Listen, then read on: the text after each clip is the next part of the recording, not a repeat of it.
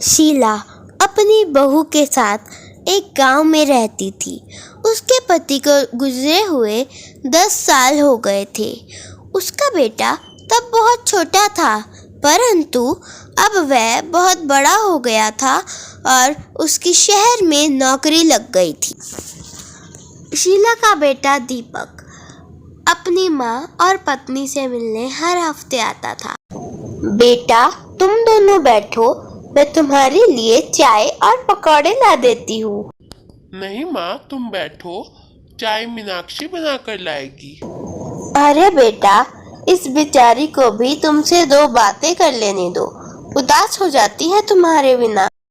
माँ, क्या तुम मेरे साथ शहर चलोगी? बेटा, मैं कई सालों से यहाँ रह रही हूँ, अब मेरा गांव में ही मन लग चुका है।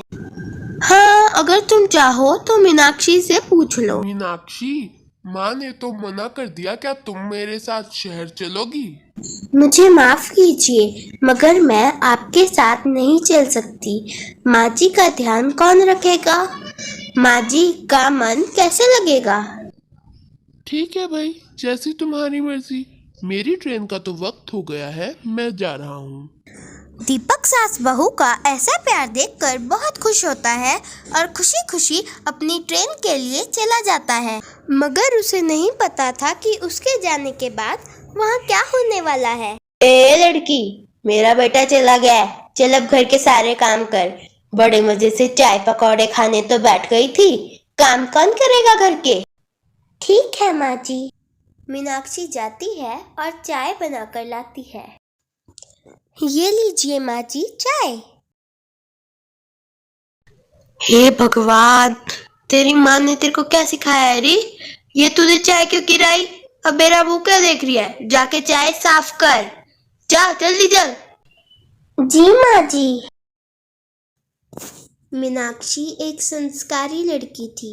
उसके घर में उसे सिखाया गया था कि सास माँ समान होती है और यदि वह डांट भी दे तो भी उसका बुरा नहीं मानना चाहिए। इसीलिए वह अपने पति को भी कुछ नहीं बताती थी। एक दिन दीपक को पड़ोस के गांव किसी काम से आना पड़ा। उसने सोचा क्यों ना अपनी माँ और मीनाक्षी से भी मिलता जाए। उसने यह बात किसी को नहीं बताई थी क्योंकि वह उन्हें सरप्राइज देना चाहता था। परंतु उसके घर तक पहुंचने से पहले ही उसकी माँ के चिल्लाने की बड़ी तेज आवाज आने लगी। दीपक खिड़की में से देखने लगा। दीपक की माँ मीनाक्षी को खूब जली कटी सुना रही थी। अरे कमबख्त, कहाँ मर गई? सुबह से झाड़ू भी नहीं लगा, पता नहीं दिन भर करती क्या रहती है।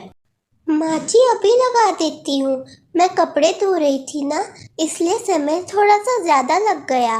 पता नहीं मेरे दीपक की ही किस्मत फूटनी थी जो उसके पल्ले ये पड़ गई।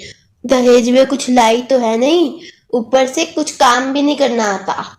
जब देखो बहाने बनाती रहती है। मेरे बेटे के लिए तो कई रिश्ते आ रहे थे, मैं ही पागल थी जो तेरे से शादी करवा ली। मैं अपने बेटे की दूसरी शादी करवाऊंगी, खूब सारा दान दहेज भी लाएगी और घर के सारे काम भी करेगी।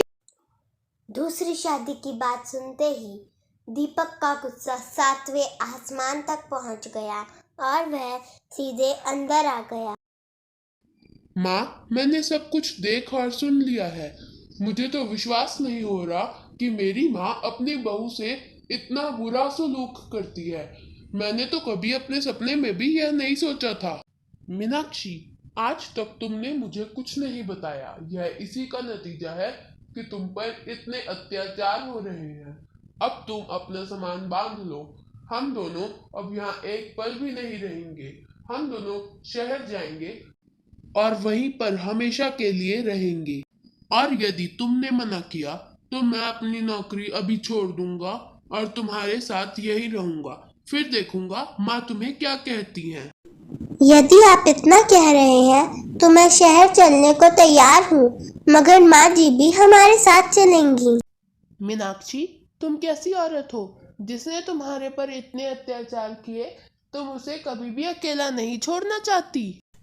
लड़ाई झगड़े तो हर घर में होते हैं, तो इसका मतलब ये नहीं कि हम अपने बुजुर्गों को ही भूल जाएं। मीनाक्षी की यह बात सुनकर शीला की आंखों में आंसू आ गए और उसे अपनी गलती का एहसास हो गया। फिर उसने मीनाक्षी से माफ़ी मांगी और वे तीनों शहर चलकर खुशी खुशी रहने लगे।